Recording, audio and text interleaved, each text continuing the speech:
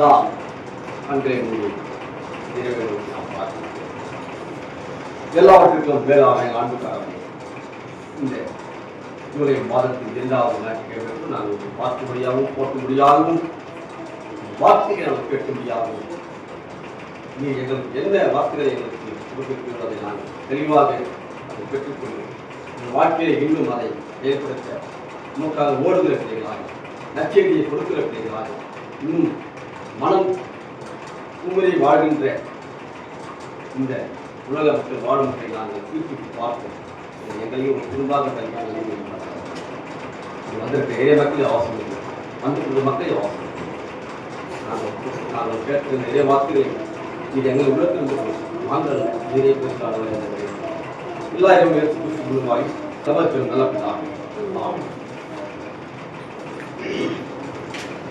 அன்புக்குரியவர்களே, இந்த மாதம் நமக்கு ஜூலை மாதம் இருந்தாலே சென்னை பேராய்ச்சி மூலமாக நமக்கு கொடுக்கப்பட்ட சத்திய வார்த்தைகள்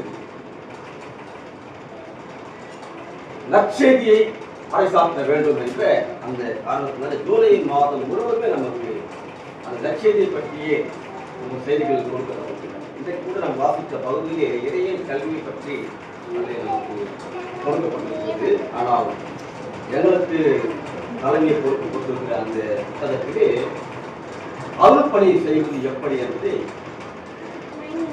அந்த கருத்தாக எனக்கு இருந்தது.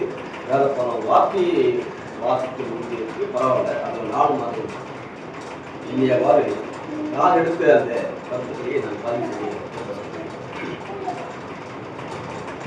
இதே நம்பிக்கை அருள்பணி என்பது ஒரே ஒரு வார்த்தைகள் தான். இறைப்பணி செய்வதும் அருள்பணி செய்வதும் திருப்பணி செய்வதும் மிகப்பெரிய வார்த்தைகள்.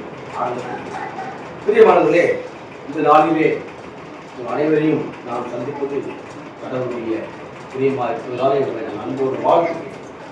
இந்த வாய்ப்புகளை எனக்கு மாதம் மாதம் வாழ்ந்து வருகிற தேவாலய தேவனுக்கும் என்னுடைய அன்பு குடும்பத்தாருக்கும் நன்றிகளையும் திருச்சபை மக்களையாக உங்களுக்கும் அன்பின் வார்த்தைகளையும் நான் கலந்து பிரியமானவர்களே, நம் நேரத்தை கருத்தில் கொண்டு நாம் விரைவாக இறைவார்த்தைக்கு கடந்து செல்வோம். இந்த நாளிலே அருட்பணியை குறித்து தான் நாம் உங்களுக்கு கலந்து கொள்ள ஆசைப்படுகிறேன். பிரியமானவர்களே, அருட்பணி என்பது அனுப்புதல் என்று பொருள். அருள்பணி என்பது அனுப்புதல் என்று பொருள். அருள்பணி என்பது கடவுளின் தானாதிபதியாக இருந்து மக்களுக்கு ஆற்றும் தொண்டு. இன்றைக்கு நாம் எல்லாம் கடவுளின் தானாதிபதிகளாக இருந்து கொண்டு நாமெல்லாம் இன்னைக்கு கிறிஸ்துவின் வழியிலே மக்கள் பணியாற்றி கொண்டிருக்கிறோம். அல்லேலூயா. நீங்கள் விசுவாசிக்கிறீங்களா? விசுவாசிக்கிறோம். நாம் எல்லாம் இன்னைக்கு கிறிஸ்துவை ஏற்றுக்கொண்டிருக்கிறோம், அதன் வழியில் நடந்து கொண்டிருக்கிறோம். அதன் பிரகாரமாக நாம் இன்றைக்கு அருள்பணியை நாம் செய்து கொண்டிருக்கிறோம். எல்லாருமே அருள்பணி செய்யக்கூடியவர்கள் தான். இங்கே வந்து அருள்பணி செய்வது மட்டுமல்ல, நாம் எல்லாருமே இன்னைக்கு நிறைய மக்கள் ஆயிரத்தில் அருள்பணி செய்கிற குடும்பமாய் கடவுளின் சார்பாக மக்களுடைய பிரச்சனைகளை கடவுளின் முழு பலத்தோடு வழிநடத்துவதோடு கடவுளின் மகிமைக்காக ஆற்றும் சுயநலமற்ற அந்த சேவையை அருள்பணி என்று சுயநலமற்ற சேவை. இந்த சுயம் இருக்கக்கூடாது. அருள்பணி திருப்பணி செய்கிற போது சுயம் இருக்கக்கூடாது. சுத்தமான கலகத்தோடு சுத்தமான பொண்ணை போல நாம் சுயநலமற்ற அந்த அற்புதமான அந்த அருள்பணியை செய்ய நாம் தவறுகிறோம்.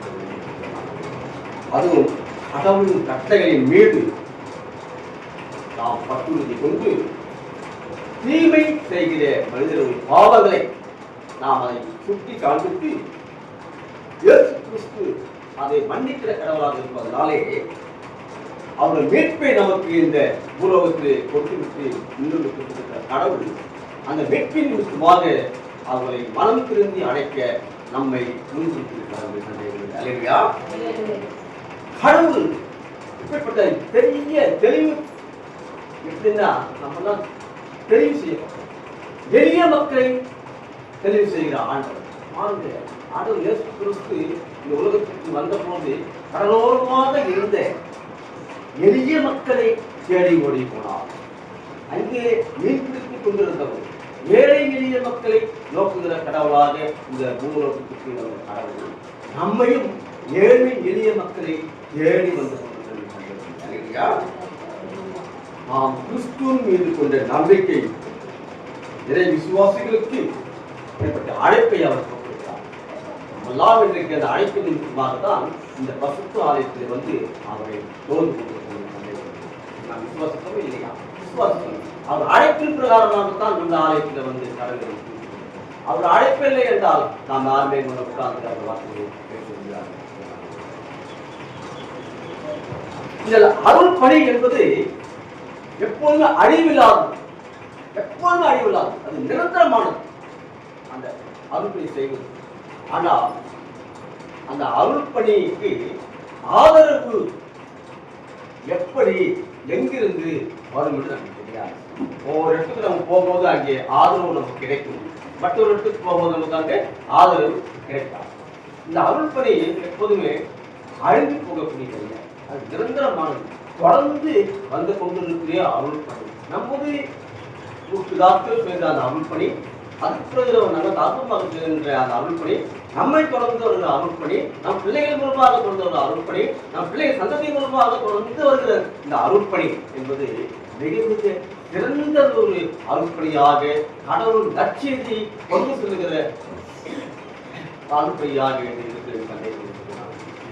அழிந்து போகிறது தொடர்ந்து காலம் காலமாக கடவுளுடைய நற்செய்தி நாம் மக்களுக்கு அறிவிக்கிற செய்தியாக இருக்க வேண்டும் என்று பிரியமானவர்களே, இந்த அருள்பணி என்பது நம்ம இந்தியாவில் பலவிதமான எதிர்நோக்கு சவால்கள் இருக்கிறார்.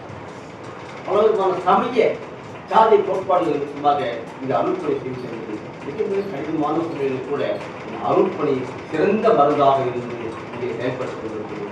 அங்கே ஜாதி இல்லை, சமயம் இல்லை, வேற்றுமை இல்லை, ஆண்கள் இல்லை, பெண்கள் இல்லை, எல்லாமே கடவுளுடைய படைப்பு சமம் என்று சொல்லப்பட்டிருக்கிறார். இந்த அருள்பணி என்பது எல்லாருக்கும் சமமானது, புறவின மக்களுக்கும் சொந்தமானது, இஸ்ரவேல் மக்களுக்கும் சொந்தமானது, நமக்கும் இது சொந்தமானது என்று கடவுளை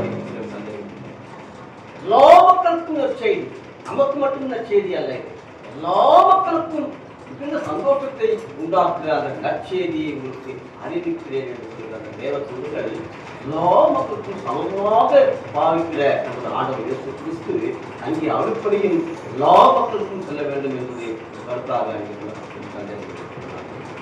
அருள்பணி என்பது கடவுளுடைய பார்வையிலே உண்மையாக இருந்து செயல்படுவது மிக மிக அவசியம் என்று சொல்லப்படுகிறது.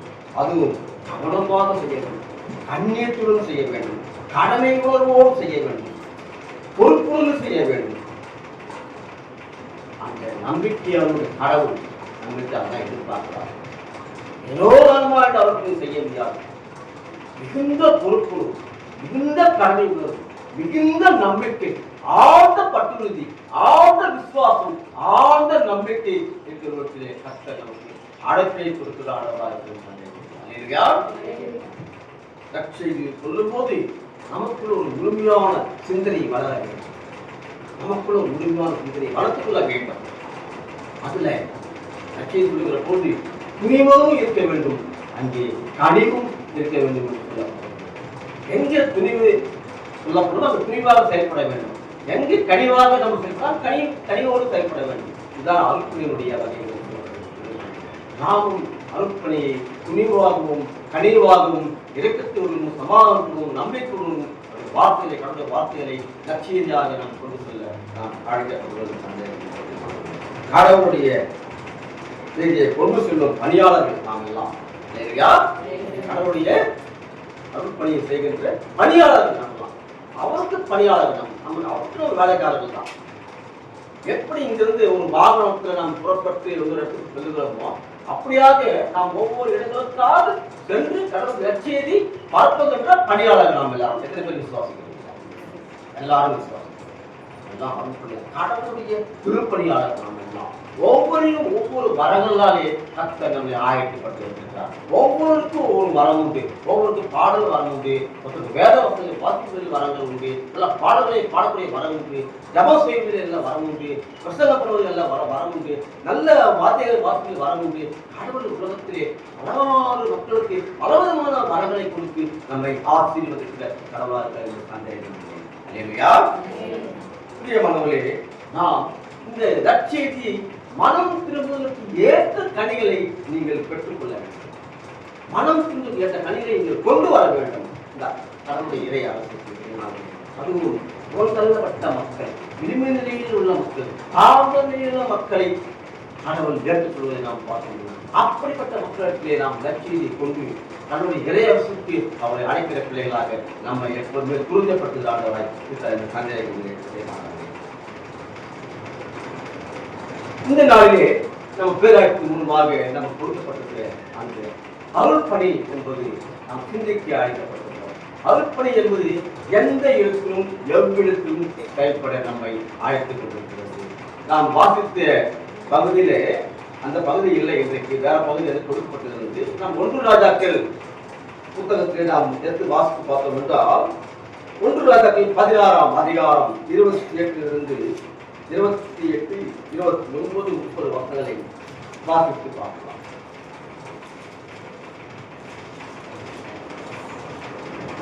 ஒன்று ராஜாக்கள் 16 அதிகாரம் 28, 29, 30. உம்ரி தம் பிதாக்களோடே நித்திரையடைந்து சமாரியாவில் அடக்கமடைந்தான். அவன் குமாரனாகிய ஆகாப் அவன் ஸ்தானத்தில் ராஜாவானான். யூதாவின் ராஜாவாகிய ஆசாவில் 38ஆம் வருஷத்தில் உம்ரியின் குமாரனாகிய ஆகாப் இஸ்ரவேலின் மேல் ராஜாவாகி சமாரியாவில் இஸ்ரவேலின் மேல் 22 வருஷம் ராஜ்யபாரம் பண்ணினான். உம்ரியின் குமாரனாகிய ஆகாப் எனக்கு முன்னிருந்த எல்லாரையும் பார்க்கிலும் கர்த்தரின் பார்வைக்கு பொல்லாப்பானதை செய்தான். பிரியமானவர்களே, அருள்பணி என்பது எங்கிருந்தும் எவ்விடத்தும் செய்யக்கூடிய அருள்பணி. இந்த அருள்பணி துணிவும் கனிவும் கொண்டதாக சொல்லப்பட்டிருக்கிறது. நாம் இந்த வாசித்த இந்த பகுதியில் கூட எலியா தீர்க்கதரிசியை பற்றியும் ஆகாப் ராஜாவை பற்றியும் நாம் சில வார்த்தைகளை பேசி கடந்து செல்வோம். பிரியமானவர்களே, எலியாவை பற்றியும் இஸ்ரவேலை ஆண்ட யூத அரசனை பற்றியும் நாம் பலவிதமாக குறித்து அழைக்கப்பட்டிருக்கிறோம். பலவித செய்திகளை நாம் அதை கேட்டுக்கொண்டிருக்கிறோம். ஆனால் இந்த நாளுக்குரிய செய்தி, எலியா தீர்க்கதரிசி ஆகாப் ராஜாவிடத்திலே போயிருந்த ஒரு வார்த்தை என்னவென்றால், ஆகாபிடத்தில் என் வாக்கினாலே மட்டுமன்றி இங்கே இரவு இந்த வானத்தின் மழையும் பனியும் எங்கி பெய்யாது அப்படின்னு சொல்றாரு எலியா தீர்க்கதரிசி. ஏன் இந்த வார்த்தை சொல்றாரு அப்படின்னா, தேவனுக்கென்று வாழ்ந்தவர்களின் வாழ்க்கையும் பாவத்திலிருந்து வாழ்ந்தவர்களின் வாழ்க்கையும் இந்த அதிகாரம் சுட்டிக்காட்டப்படுகிறது. தொடர்ந்து 16, 17ஆம் அதிகாரத்திலே சொல்லப்பட்டது. தேவனுக்கென்று வாழ்ந்த மக்கள் நாமெல்லாம் இன்றைக்கு தேவனுக்கென்று வாழ்ந்து கொண்டிருக்கிறோம். நம்மெல்லாம் தேவனுக்கென்று பிரியமாக தான் வாழ்ந்து கொண்டிருக்கிறோம். கர்த்தருடைய வேதத்தில் இரவு பகலும் தியாகமாக இருந்து அதை என்ன பண்ணுறோம், பாக்கியவான் சொல்றோம். எத்தனை பேர் இன்னைக்கு பாக்கியவான்களா இருக்கிறோம்? எத்தனை பேர் இருக்கு வேதத்தை பார்க்கணும்? அதை நாம் மனதில் நினைவு கொள்ளணும். இங்க பாருங்க, தேவனுக்கென்று வாழ்ந்தவர்கள் பாவத்தென்று வாழ்ந்தவர்களை ஆண்டவர் அங்கே சுட்டி காட்டி அவர்களை மனம் திரும்ப அழைக்கிற மன்னிப்பின் கடவுளாக அங்கே செயல்பட்டு அங்கே அப்படிப்பட்ட வார்த்தைகளை எலியா தீர்க்கதரிசியின் மூலமாக அந்த இஸ்ரவேலை ஆண்ட யூத அரசர்களுக்கு அங்கே சொல்லப்பட்டிருக்கிறது என்று சந்தேகம். பாருங்க, இந்த ஆகாப் ராஜா கர்த்தரின் பார்வைக்கு பொல்லாப்பானதை செய்து வந்தான் என்று சொல்லப்படுகிறது. இந்த ஆகாப் ராஜா உம்ரியின் மகனாகிய அவன் இறந்த பிறகு அவன் மகனாகிய அந்த ஆகாப் அங்கே இஸ்ரவேல் யூத அரசர்களே ராஜாவானான். அந்த ராஜாவை முன்பு இருந்த அரசர்களை விட இவன் என்ன பண்றான் அப்படின்னா, கர்த்தருக்கு பொல்லாப்பானதை செய்து வந்தான் என்று சொல்லப்படுகிறது. அதுவும் ஏர்பாவின் மகளாகிய யோசேபேலை மணந்து கொண்டு அவள் மணந்துகிற அந்த விக்கிரகமான அந்த பாகாலை அவன் வணங்கி அதை மேற்கொண்டான் என்று சொல்லப்பட்டது. இன்றைக்கு கூட நாம் பலவிதமான வழிகளிலே நாம் பின்மாற்றங்களை அடைந்து கொண்டிருக்கிறோம். கடவுளிடத்திலே முழுமையான நம்பிக்கை என்பது இன்றைக்கு குறைவாக காணப்பட்டுள்ளது. ஆலயங்களுக்கு இறை மக்கள் வருவது தாமதித்துக் கொண்டே இருக்கிறது. ஆலயங்களுக்கு செல்ல வேண்டும் என்ற அந்த உணர்வு கூட இன்றைக்கு மக்களுக்கு இல்லாத ஒரு காரணமாக இருக்கிறது. இப்ப எல்லாம் மன்னிப்பின் கடவுள் இதை மறுபடியும் ஏற்று மறுபடியுமாக நம்ம என்ன பண்றோம், ஏற்று குறித்து மறுபடியுமாக இன்னும் நம்ம சிலுவையிலேயே அறிந்து கொண்டே இருக்கோம். சேர்ந்து இன்னும் இயேசு கிறிஸ்து ஒரு முறை அறிஞ்சிட்டாரு. மறுபடியும் என்ன பண்றோம், நாம் என்ன பண்றோம், அவரை தொடர்ந்து என்ன பண்றோம், இயேசு கிறிஸ்துவ சிலுவையில அந்த நேரம் கொண்டு நாம் விரும்பி இருக்கோம். இங்க பாருங்க, இந்த ஆகாப் ராஜா யேசபேலின் கடவுளாகிய பாகாலை வணங்க ஆரம்பித்தான். அந்த 8 வாசித்து பாருங்க, 17:1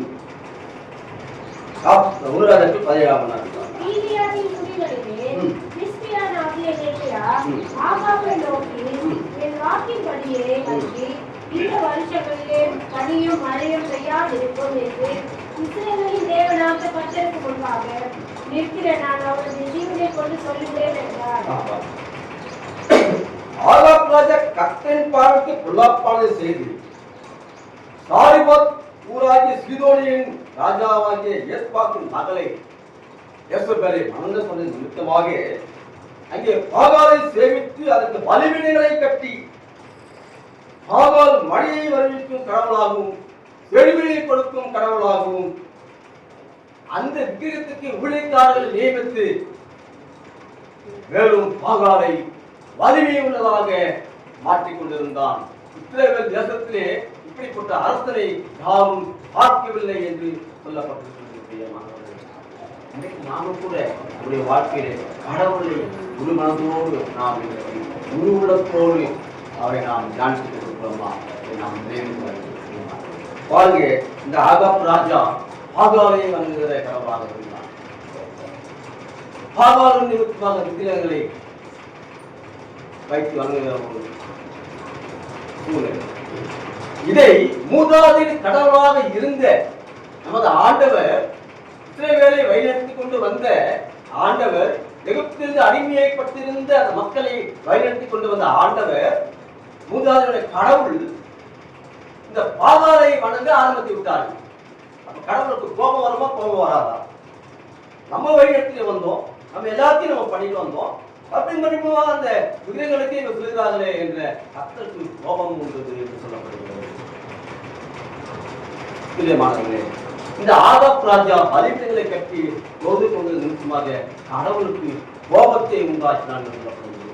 அதுவும் மட்டும் இல்லாமலே இஸ்ரவேல் மக்கள் மறுபடியுமாக அந்த விக்கிரகத்துக்கு திரும்பினார்கள் என்று சொல்லப்பட்டிருக்கிற மாணவர்களே, இதை நிமித்தமாக எலியா தீர்க்கதரிசி கடவுள் அங்கே தயார்படுத்தி அந்த ஆகாப் ராஜுக்கு முன்பாக நீ சென்று இறைவாக்கை நீ கொடு அப்படின்னு சொல்றாங்க. என் வாக்கினாலே மாற்றம் வந்து இங்கே இரவும் மழையும் இங்கே பெய்யாது, இங்கே பஞ்சம் உண்டாயிருக்கும் இந்த நாட்டிலே நேர்முகமாக ஒரு அரசன் முன்பு செல்வதற்கு கடினமான ஒரு சூழ்நிலை. ஆனாலும் கர்த்தருடைய பேரிலே அவன் பட்டுதலாய் இருந்த நிமித்தமாக நேருக்கு நேர் எதிராக துணிவாக அங்கே எலியா தீர்க்கதரிசி அந்த ராஜாவுக்கு முன்பு அந்த வார்த்தை அங்கே சொல்லப்படுகிறது. வாசித்து பார்க்கலாம். முதலாவது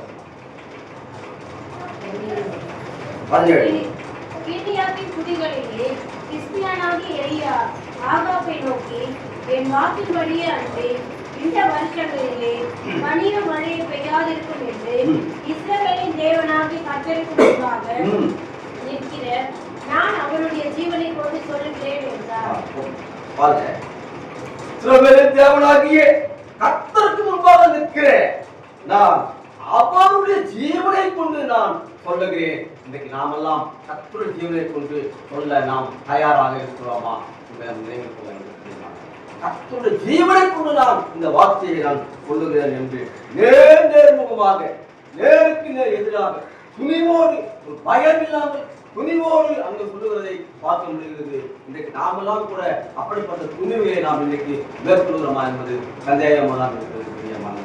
பாருங்க, இந்த எலியா தீர்க்கதரிசிக்கு தேவனுக்கு முன்பாக எப்போதுமே நின்று ஜெபிக்கிற ஒரு மகனாக இருந்தான். தேவனுக்கு முன்பு எப்போதுமே கடவுளுடைய இறைவாக்கு வருகிற போது அவருக்கு முன்புதாக நின்று தன் தரிசனங்களை ஏற்று எப்போதும் அவர் பணிகளை அவருடைய திருப்பணிகளை செய்கிற பொழுது அவர் முன்பாக நின்று அவரை கைத்து வணங்கி ஜெபிக்கிற பிள்ளையா இருந்ததனாலே ஏற்று அங்கே கடவுள் அவர் நேரம் துணிவை அங்கே காண்பிக்க முடிகிறது.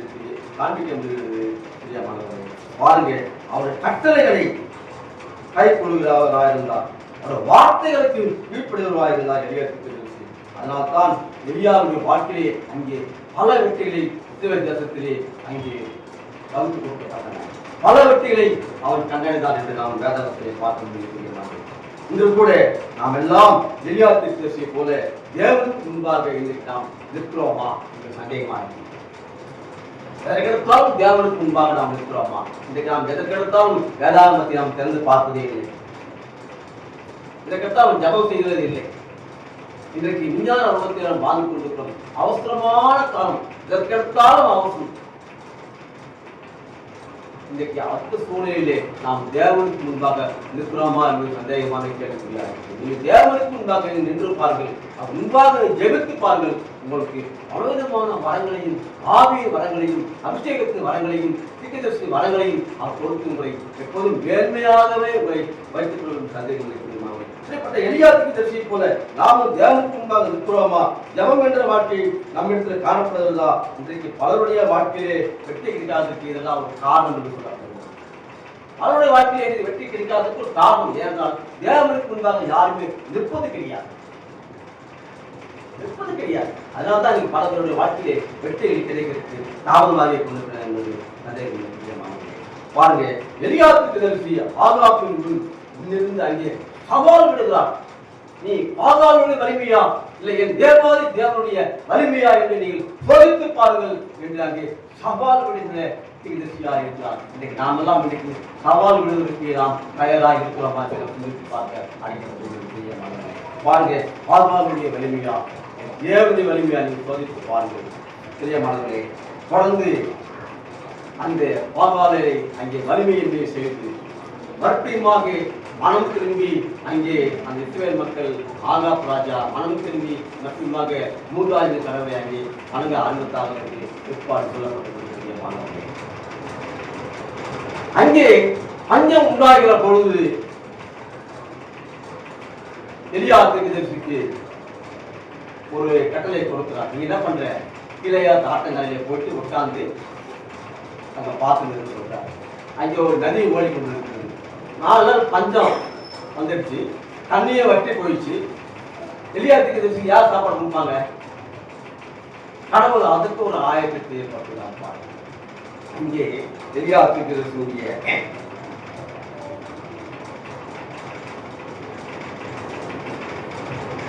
பிரியமானவர்களே, இன்றைக்கு நாமும் பலவிதமான சூழ்ச்சிகளாலே சூழ்நிலை மேற்கொள்ளாததும் மன உறுதி இல்லாத காரணத்தாலும் நாம் பின்மாற்றம் அடைந்துள்ளோம் சந்தேகத்திலே. ஆனாலும் கடவுள் நம்மை மறைத்து நம்மை மன்னித்து நம்மை ஏற்றுக்கொள்கிற ஆண்டவராக இருக்கிறார். நாம் கவனமாக இருந்து பின்மாற்றம் இல்லாமல் நல்ல ஒரு மாற்றத்தை, நல்ல ஒரு பங்கை, நல்ல ஒரு முத்தை நாம் தேர்ந்தெடுத்துக் கொண்டிருக்கிறோம். அந்த முத்தையை நாம் எப்போதுமே நம் இதயத்திலே அதை தியானித்து விசுவாசத்திலே பிள்ளைகளாக நாம் கடந்து செல்வோம். தொடர்ச்சியாக அங்கே பஞ்சம் ஏற்படுகிற போது எல்லா தீர்க்கதரிசிகளுக்கும் காரணங்களை கொண்டு எலியா தீர்க்கதரிசி காரணங்களை கொண்டு போட்டிட்டு ஆண்டவராக இருக்கிறார். பாருங்க, இந்த இஸ்ரவேல் நாட்டிலே காகம் என்றாலே ஒரு தீட்டு என்று சொல்லப்படுகிறதா. இன்னைக்கு நாம கூட காகம் ஏதாவது எடுத்து போட்டுச்சுன்னா என்ன பண்றோம்? இல்ல காக்கா எடுத்து போட்டுச்சு நம்ம சொல்றோமா இல்லைங்களா? அது போல இஸ்ரவேல் நாட்டிலே காகம் என்ற ஒரு தீட்டானது என்று சொல்லப்படுகிறது. இந்த காகத்தின் மூலமாகவே அங்கே எலியா தீர்க்கதரிசிக்கு இறைச்சியையும் அப்பவும் தண்ணியும் கொண்டு வந்து கடவுள் அங்கே ஓட்டித்ததை நாம் பார்க்க முடிகிறது. நாம் சுத்தமாக விளைந்து வருகிறேன். அவருடைய பார்வையிலே எல்லா மக்களிடத்தும் புற இனத்தவர்களும் அங்கே சமமானவர்கள். அங்கே எதுவும் கடவுளுக்கு தீட்டானது எதுவும் இல்லை, தூய்மையானது எதுவும் இல்லை, எல்லாமே சமம் என்று சொல்லப்படுவது என்னுடைய பிரியமானவர்களே. கடவுள் பஞ்சத்தில் போதும் உண்மையாய் ஊழியமாய் உத்தமமாய் நடக்கிற இறை விசுவாசிகளுக்கு அவர் எப்போதுமே பாதுகாவலராய் இருந்து அங்கே அவர் யோசித்து வருகிற கடவுளாக பாருங்க. காதங்களை கொண்டு உண்மையுள்ளவர்களை காப்பாற்றுகிறார். உணவுப் பொருட்களை கவர்ந்து சொல்லும் தன்னுடைய காரணங்களை எதையாவது கொண்டு வந்து அனுதினமும் தருவது அதுக்கு பழக்கமாக இருக்கிறது. அதுவும் அப்பமும் இறைச்சியும் தருவது எவ்வளவு ஒரு அதிசயமான பாரு. ஒரு காக்கை வந்து ஒரு மனிதனுக்கு ஒரு உணவை கொண்டு வருவது என்றால் கடவுளுடைய படைப்பு எவ்வளவு விசித்திரமானது, எவ்வளவு வேட்டகமானது என்பதை நாம் புரிந்து கொள்ள வேண்டும்.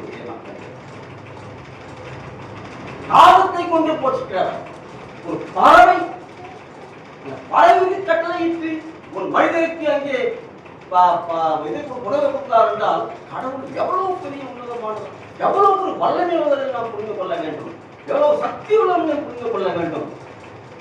இரக்கத்தில் கடவுள், மன்னிக்கிற கடவுள். அவர் நம்மை உண்மையாக நாம் நேசிக்கும் பொழுது அவர் எப்போதுமே நம்மை கைவிடாத கடவுளாக இருக்கிறார்.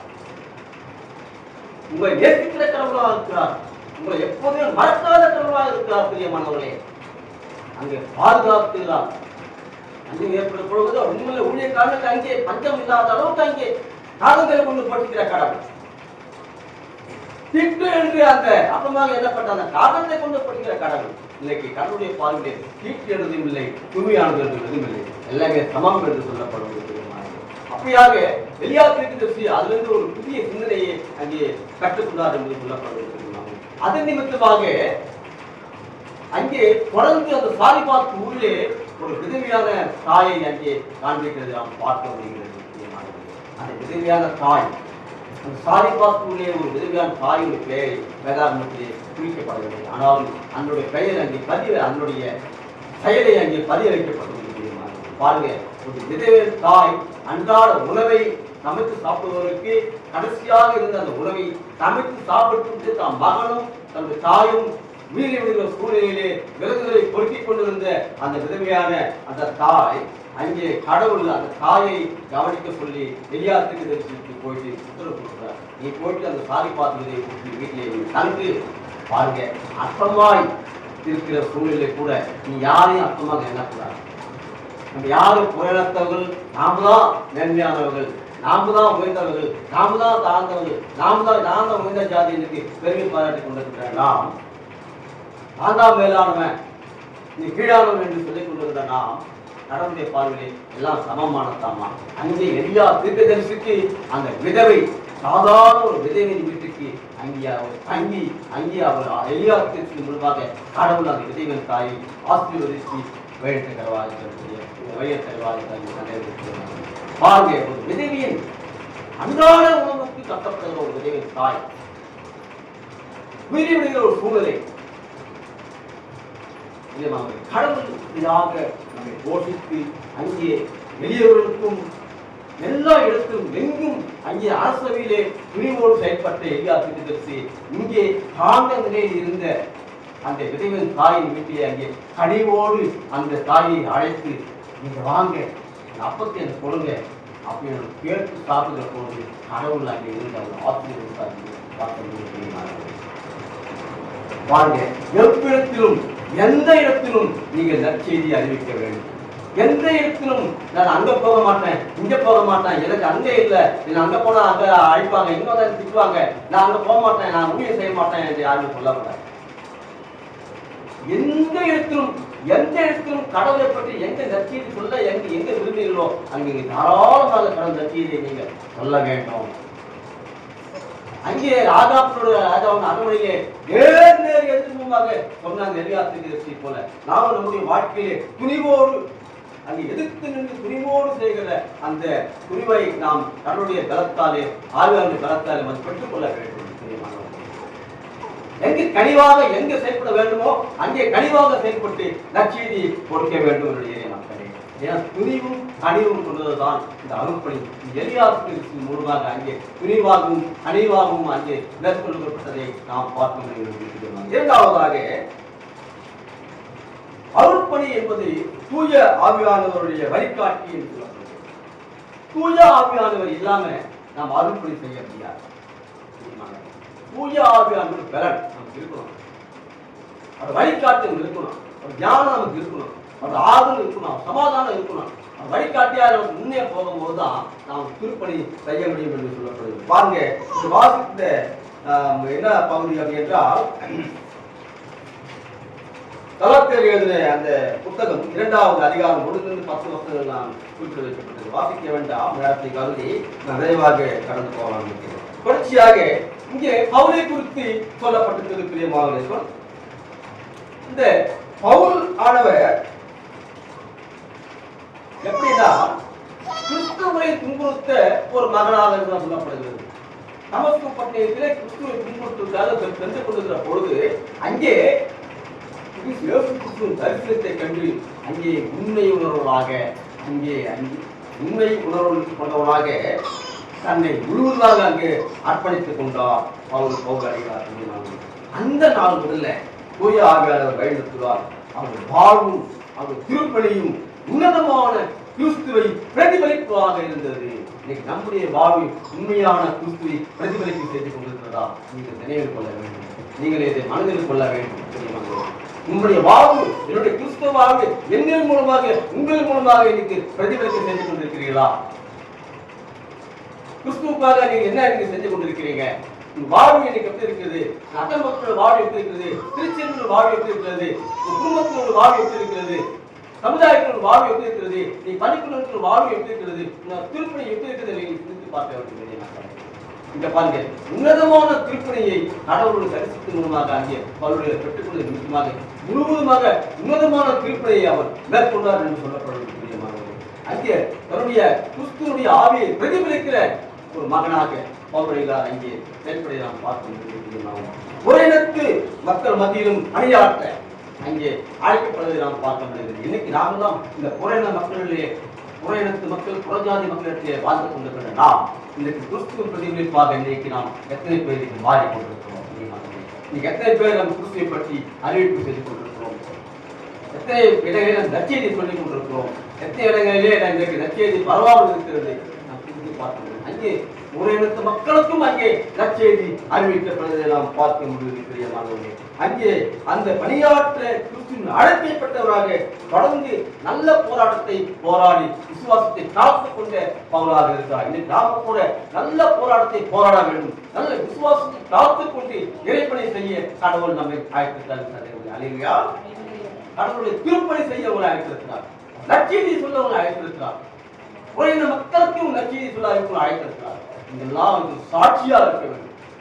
இதெல்லாம் சாட்சிகள் அத்தனை முழுவதும் பற்றி கொண்டிருக்கும் போது நமக்கு எல்லா தரணும் கொடுத்து நம்மை தகுதிப்படுத்துகிறார்கள். தகுதி இல்லாதவரை தகுதிப்படுத்தி அவர் நம்மை முன்னிறுத்தி நமக்காக வாதாடுகிற ஆண்டவராக நமக்காக போராடுகிற ஆண்டவர், நமக்காக வெற்றியை கொண்டு விடுகிற வெற்றி கொடி பிடித்து விடுவோம், நமக்காக ஓடி வருகிற ஆண்டவர்.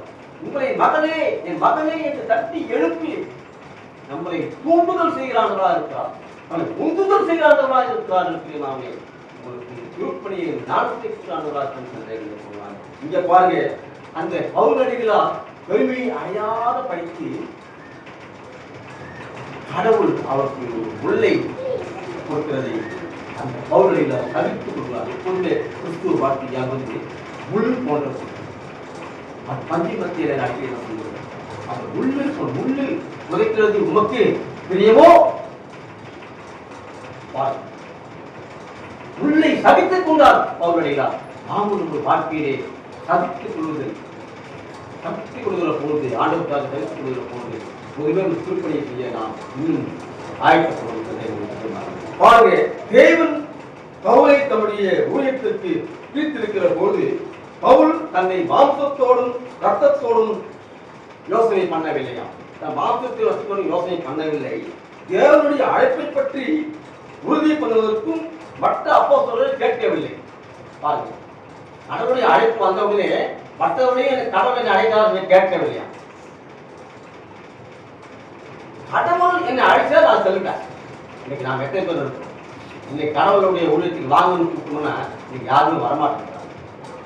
நீ எங்க வீட்டுல அப்பா அம்மாவை கேட்கணும், என் பிள்ளைகளை கேட்கணும், என் தாத்தா பாட்டி கேட்கணும், இதை சொல்லி கொடுத்துருக்கோம். கடவுளுடைய ஊழியத்துக்கு அழைத்து வந்த உடனே நாம் ஆயத்தப்பட வேண்டும். இல்லையா? எத்தனை பேர் ஆயத்தப்படுவீங்க? எத்தனை பேர் ஆயத்தப்படுவீங்க? எல்லாருமே ஆயத்தப்பட வேண்டும். கடவுளுடைய ஊழியம் உங்களுக்கு வருகிற போது, வாய்ப்புகள் வருகிற போது நீங்க தவறாமல் கடவுளுக்காக நீங்க ஊழியம் செய்ய அப்படின்னு தெரிய மாணவர்களே, தேவன் அவர்களுடைய ஊழியத்துக்கு பிரித்தெடுத்த கடவுளாக தன்னை கர்த்தரை பிரித்தெடுத்துக்கான புறஜாதிகளுக்கான சுவிசேஷத்தை அறிவித்து கர்த்தரே என்னை உறுதிப்படுத்திக் கொண்டார். கர்த்தரே என்னை உறுதிப்படுத்திக் கொண்டார். யாரும் இல்லை.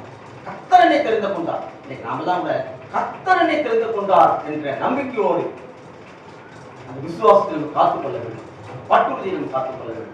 கர்த்தரே உங்களை தெரிந்து கொண்டிருக்கார். நீங்கள் எல்லாம் சுவிசேஷத்தை அறிவிக்க, நீங்கள் எல்லாம் கடவுள் நல்ல செய்தியை கொண்டு செல்ல கர்த்தர் உங்களை அழைத்துக் கொண்டிருக்கிறார். நம்முடைய ஊழியத்தை செய்வதற்கு பல வாய்ப்புகள் இருந்தாலும் கூட கர்த்தருக்கு ஊழியம் செய்வது மிக மிக நமது கடமை.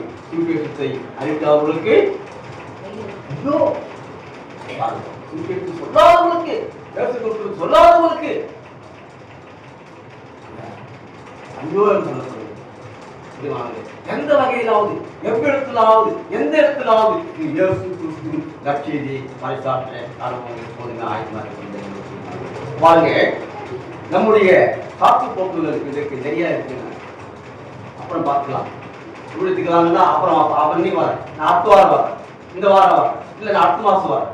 இதெல்லாம் சாக்கு போக்குகள் நம் வீட்டிலே காணப்பட்டு கொண்டிருக்கின்றன. இவையெல்லாம் சொல்லக்கூடாது. கடவுளுடைய பாதைகள் இவையெல்லாம் கர்த்தருக்கு பிரியமில்லாத காரியங்கள். கடவுள் அழைப்பதற்கு பேரிலே நீங்கள் உடனடியாக கர்த்தருக்கு ஊழியர்கள் செய்யும் பொழுது கர்த்தர் உங்களை மனம் ஊர்ந்து ஏற்றுக்கொள்ள அனுவாய்ப்பு பிரியமானது. இங்கே இந்த அப்போஸ்தலர் பவுல் என்ன பண்றாரு அப்படின்னா, கலாத்தியர் எழுதின நிருபத்துக்கு ஒரு கடிதம் எழுதுகிறார்.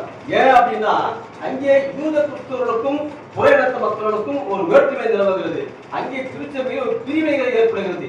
என்ன அப்படின்னா, யூதர்களாய கிறிஸ்தவர்கள் அங்கே யுத்த சேதம் பண்ணிக்கொள்வது மிக மிக அவசியம் என்று சொல்லப்பட்டிருக்கிறது.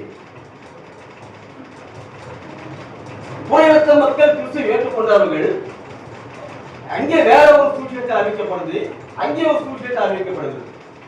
பாத்தீங்களா? கிறிஸ்துவத்திலே இன்னைக்கு நிறைய பிரிவினைகள், சபை பிரிவுகள் நிறைய இருக்கு.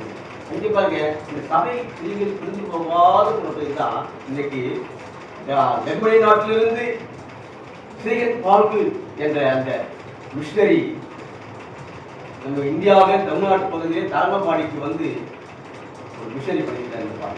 பாருங்க, இன்னைக்கு இந்தியாவுக்கு அவர் வரவில்லை என்றால் இன்றைக்கு நம்முடைய வேதாகம் கைது தெரிஞ்சுக்கலாம். இன்னைக்கு எத்தனை மிஷனரிமார்கள் இந்தியாவுக்கு வந்து நம்முடைய மங்களுக்கு செய்து கொடுத்தாங்க. பார்த்துருக்கீங்க. நாம கூட நற்செய்தியை சுமந்து செல்கிற பிள்ளைகளாக, அவர் சுவிசேஷத்தை அறிவித்த பிள்ளைகளாக இங்கே யூத கிறிஸ்தவர்களுக்கும் புறையின மக்களுக்கும் ஒரு வேற்றுமை, திருச்சபையிலே ஒரு பிளவு ஏற்படுகிறது. அவர்களுக்கும் இவர்களுக்கும் என்ன விருத்தச்சாதனம் பண்ணிக்கணுமா இல்லையா என்பது ஒரு கருத்து ஏற்படுகிறது. இது நிமித்தமாக அவருடைய கலாத்தியர் எழுதிய அந்த திருச்சபைக்கு கடிதத்தை எழுதி, இது அப்படி இல்லை, இது இயேசு கிறிஸ்துவாலே எல்லாமே மீட்கப்பட்டு விட்டது, விருத்த சேதனம் ஒன்றும் நமக்கு தேவையில்லை, அடிமையான வாழ்க்கை எனக்கு தேவையில்லை, எல்லாமே இயேசு கிறிஸ்துவாக மீட்டெடுக்கப்பட்டு விட்டது, அதனால நீங்க பண்ணிக்கொள்ள தேவையில்லை என்று அவர் இருந்த அந்த அங்க இருந்த திருமறையின் விளக்கத்தை அவர் எடுத்துக்கொண்டார் என்று நாம் பார்க்க முடியும். திருமறையின் விளக்கத்தை அங்கே எழுதி கடலை மூலமாக எழுதி கிறிஸ்துவின் பிளவுகளுக்கு காரணமாக இருந்த அந்த கிறிஸ்தவர்களை அங்கே திருமறையின் விளக்கங்களை கொடுத்து அங்கே மாற்றுகிறதை நாம் பார்க்க முடியும். அங்கே இப்போது கள்ள போதகர்கள் அங்கே வந்ததுமாக இப்போது கூட கள்ள போதகர்கள் நம்ம சூழ்ந்து இருக்கிறார்கள். இங்கே வாங்க, எங்க திருச்சபைக்கு வாங்க, அங்க வாங்க அப்படி என்று பக்கவாட்டில் வந்து அழைத்து போகிற ஒரு சூழ்நிலை. எங்க திருச்சபைக்கு வாங்க, எங்க திருச்சபைக்கு வாங்க, அங்க வந்து நல்லா இருக்கும், இங்க வந்து நல்லா இருக்கும் என்று கள்ள போதகங்களை இன்னைக்கு திருத்தி அதை உபதேசித்துக் கொண்டிருக்கிற ஒரு கூட்டம் இன்னைக்கு செயல்பட்டு கொண்டிருக்கிறது. இந்த கள்ள போதகங்களை நம்ம கூட வகையை இன்னைக்கு மக்கள் மனமாற்றம் அடைந்து கொண்டிருக்கிறாங்க, பின்மாற்றத்தை அடைந்து கொண்டிருக்கிறாங்க. இந்த கள்ள புத்தகங்கள் இன்னைக்கு வெகுவாக வந்து கொண்டிருக்கிறது. இன்னைக்கு ஆலயங்களுக்கு வருவது குறைவு, போதகங்களை கேட்பது குறைவு. பிரியமானவர்களே, நல்ல போதகங்களை நாம் விலக்கிக் கொள்ள வேண்டும்.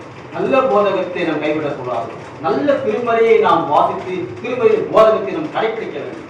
கிறிஸ்துவின் கட்டளையை நாம் கடைபிடிக்க வேண்டும். பிரியமானவர்களே, அங்கே அந்த கலாச்சார எழுந்த அந்த சபையாருக்கு கிறிஸ்துவனுடைய அடையாளங்களை அங்கே பவுலடிகளார் அங்கே சுட்டிக்காட்டி இயேசு கிறிஸ்துவே உண்மையானவர் என்பதை அங்கே சுட்டிக்காட்டி இயேசு கிறிஸ்துவை வழியும் நானே வழியும் சத்தியவதிகளாக கடவுள் என்று சொல்லி அங்கே சுட்டு சேர்ந்த தேவையில்லை. எல்லாமே கடவுளுக்கு சமமானவர்கள் தான். அங்கே தீட்டானது எதுவுமே இல்லை, தூய்மையானது எதுவுமே இல்லை. கடவுளுடைய மக்களே சமம் என்று அங்கே திருச்சி மடலுக்கு பார்த்து அங்கே பவுலுடைய விசுவாசத்தினாலே அங்கே கிறிஸ்துவங்களை வழித்துக்குள் பிள்ளையாக காணப்பட்டார். யூத மார்க்கத்தின் உபதேசங்களை கடைபிடிக்க வேண்டும் என்ற அந்த சூழலை அங்கே மாற்றி அமைக்கப்பட்டது. முக்கியமானது இதெல்லாம் கூட தவறான போதனைகள் நம்மிடையே காணப்பட்டுள்ளன. இந்த போதனைகளை தவிர்த்து நல்ல ஒரு போதனைகளை நாம் கடைபிடிக்க வேண்டும். பிரியமானவர்கள், இந்த சிந்தனையை அவருக்கு வளர விடாமல் அங்கே பாதுகாவலாகும் நான் இறை மக்களுடைய தூதன் என்று சொல்லப்படுகிறது. வசந்த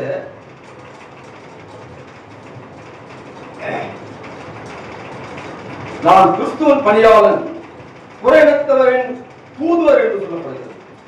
இந்த துணிவான சொற்கள் எங்க சொல்றோம். இன்னைக்கு நாம் துணிவான சொற்களை நாம் கடைபிடிக்கிறோமா பாருங்க. அந்த பவுல் அடிகளார் என்ன பண்றாரு அப்படின்னா துணிவான சொற்களை இருந்த கிறிஸ்துவனுக்கு துணிவான சொற்கள். நான் கிறிஸ்துவின் பணியாளன் புறமக்களுக்கு நான் தூதுவன் என்று அங்கே துணிவோடு சொல்லுகிறார். இன்னைக்கு நாமும் கூட இப்படிப்பட்ட மக்களிடத்திலே துணிவாக நான் கிறிஸ்துவ பணியாளர் என்று நீங்கள் சொல்லுவதற்கு தயாராக செய்யலாம். நீங்கள் இதை நினைவு நான் கிறிஸ்துவின் பணியாளன், நான் இறை மக்கள் தூதன், இறை அரசின் தூதுவன் என்று நீங்கள் சொல்ல முடியுமா? சிந்தித்து செயற்பட கர்த்தர் அழைத்தார். நான் கிறிஸ்துவின் பணியாளன், புறநத்தவருக்கும் நான் தூதுவர் என்று பிரிவான சொற்களை கிறிஸ்துவின் வழியாக பெற்றுக் கொள்கிறார். அவர் புறநத்து மக்கள் மத்தியிலே மறுபடை செய்வது என்பது ஒரு சாதாரணமானது அல்ல. நாம் கூட இன்றைக்கு இந்த பகுதியிலே ஊழியம் செய்வது என்பது ஒரு சாதாரணமானது அல்ல. நாம் எல்லாம் சென்ற வாரங்களிலே தூச்சிட்ட பணி நாம் செய்தோம். மகிழ்ச்சி. எத்தனை பேர் காதுள்ளவன் கேட்க விடம். நாம் தூச்சி பக்கம் சொன்னோம். அது எத்தனை பேர் கேட்டு மனம் மாறுவார்களோ அது நமக்கு தெரியாது. ஆண்டவர் அவர்களை ஆயத்தப்படுத்தி விடத்துக்கு கொண்டு வருவார்கள் சந்தேகம். எனவே அவர் தூய பவுல் அடிகளார் என்ன பண்றார் அப்படின்னா எப்போதுமே ஆவியானுடைய வரங்களை பெற்று அவர் சொற்களிலும் செயல்களிலும் ஆவியானுடைய வரங்களை நடந்து கொண்டார் பார்க்கிறது. தூயாவின் ஒரு செயல் வழிநடத்தல் வழிகாட்டுதல் இல்லாமல் செயல்படும் திருப்பணி. எப்போதுமே தூய ஆவியானுடைய செயல் இல்லாமல் நாம் திருப்பணி செய்ய முடியாது. அவருடைய வரங்கள் இல்லாமல் அவன் திருப்பணி செய்ய முடியாது. அவன் ஞானம் இல்லாமல் அவன் திருப்பணி செய்ய முடியாது. எல்லாமே தூயாவின் வழிகாட்டுதல் மூலமாக அந்த தூய பொருளுடைய அந்த துணிவோடும் கனிவோடும் அந்த மக்களை அங்கே கொண்டு வருவதை மற்றமாக பிரிந்து போன திருச்சபையை அங்கே ஒன்றாக சேர்க்கக்கூடிய அளவிலே அங்கே அந்த கடிதம் எழுதப்பட்டது என்று சொல்லப்படுகிறது. அங்கே துணிவோடும் கனிவோடும் பவுலடிகளார் செய்த அந்த காரியங்களை நாம் குறித்து தியானித்தோம். மூன்றாவதாக அருள்பணி என்பது பயனுள்ளவை மற்றும் பயனற்றவை என்று சொல்லப்படுவது. வாசித்த பகுதி கூட இந்த மத்தேயு 13ஆம் அதிகாரத்திலே 7 ஓமைகள், நீங்க 13ஆம் வீட்டை எடுத்து வாசித்து பாருங்க. 7 ஓமைகள் சொல்லப்பட்டிருக்கிறார். என்னென்ன ஓமைகள் அப்படின்னா நீங்க முதல்ல என்ன ஓமைகள் வாசிப்பீங்க? நீங்க வாசித்த பகுதியில் கூட நல்ல விதைகளை பற்றி நாம் வாசிப்போம். ஆனால் பைபிள் பார்க்காம சொல்லுங்க, எத்தனை ஓமைகள் இருக்கிறது? எத்தனை ஓமைகள் இருக்கு? 11ஆம் அதிகாரத்தில் எத்தனை ஓமைகள் இருக்கிறது?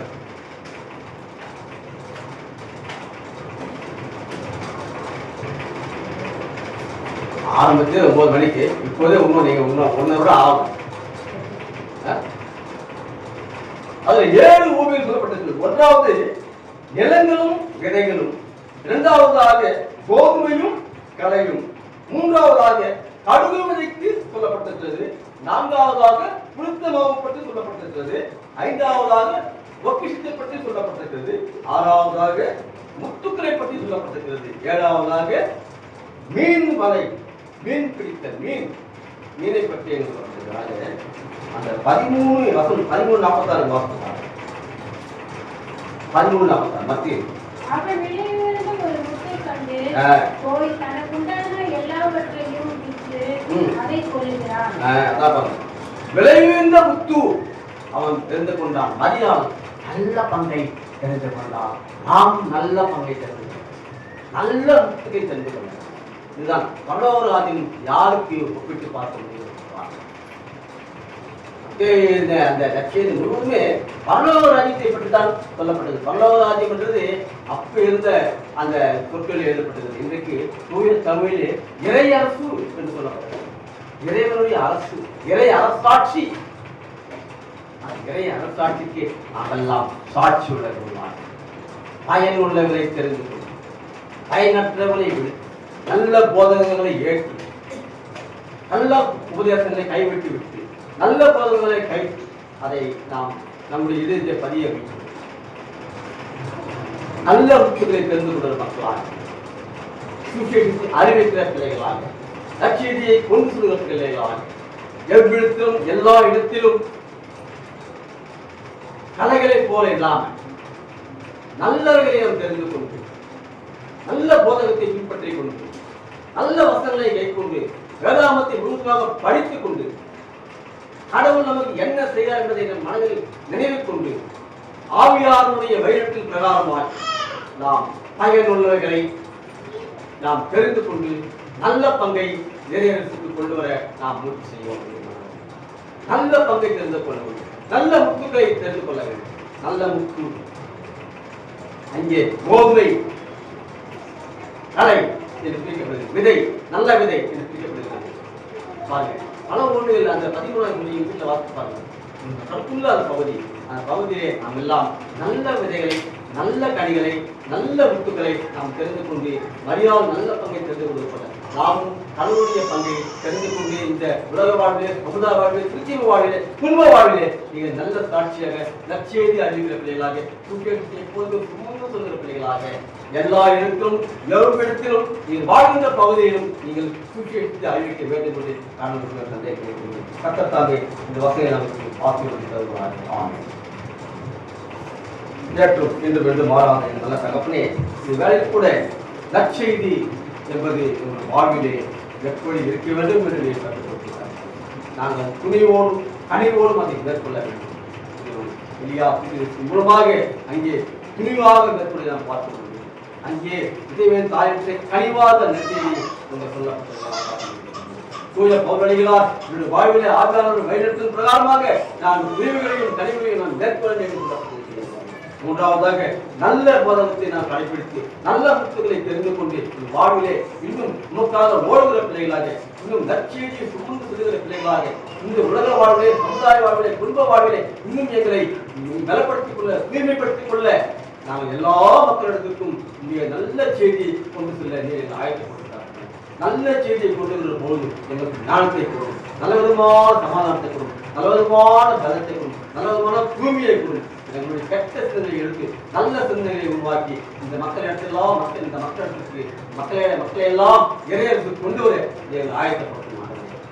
இந்த செய்தியை கேட்ட நிமித்தமாக நற்செய்தி எப்படிப்பட்டது, திருப்பணி எப்படிப்பட்டது என்பதை நான் புரிந்து கொண்டு என் வாழ்விலே இன்னும் பல மக்களை, பல புறையினத்து மக்களை நாங்கள் இறையர்களுக்கு கொண்டு வர எங்கள் ஆயத்தப்படுத்தும். வந்திருக்கிற இறைமக்களை ஆசிரியத்தாரும், கேட்கின்ற இறைமக்களை ஆசிரியத்தாரும், காதுள்ளவரை காது கேட்கவரை, வெளியிருந்து கேட்கவரை ஆசிரியத்தார்கள் வார்த்தையை அவர் பேசும்போது இன்னும் ஆழமாக சிந்தித்து அதை நிர்ணயித்து பதிய வைத்து தியானித்து நடத்துகிற ஒரு வார்த்தையை கொடுக்கும்படி ராஜா இந்த ஆலயத்தை ஆசிர்வதியும். ஆலயம் இன்னும் நன்றாக வளர்ந்து இன்னும் பெருகி இவங்க நினைக்கின்ற மாற்றத்திலே நல்ல ஒரு இடங்களை இருக்கிற வாழ்க்கை இந்த திருச்சியை ஒரு பெரிய ஆலயமாக கட்ட பார்க்கலாம். அதை கிடைக்க போகும் இந்த நற்செய்தியை நாங்கள் இந்த ஆலயத்தில் உட்கார்ந்து பழைய ஒரு காலத்தை குடும்பத்தை ராஜா இருக்கிற தினமுக்கு ஆசிரியர் எல்லாரும் ஜபத்தில் நல்ல பிள்ளாமே ஆக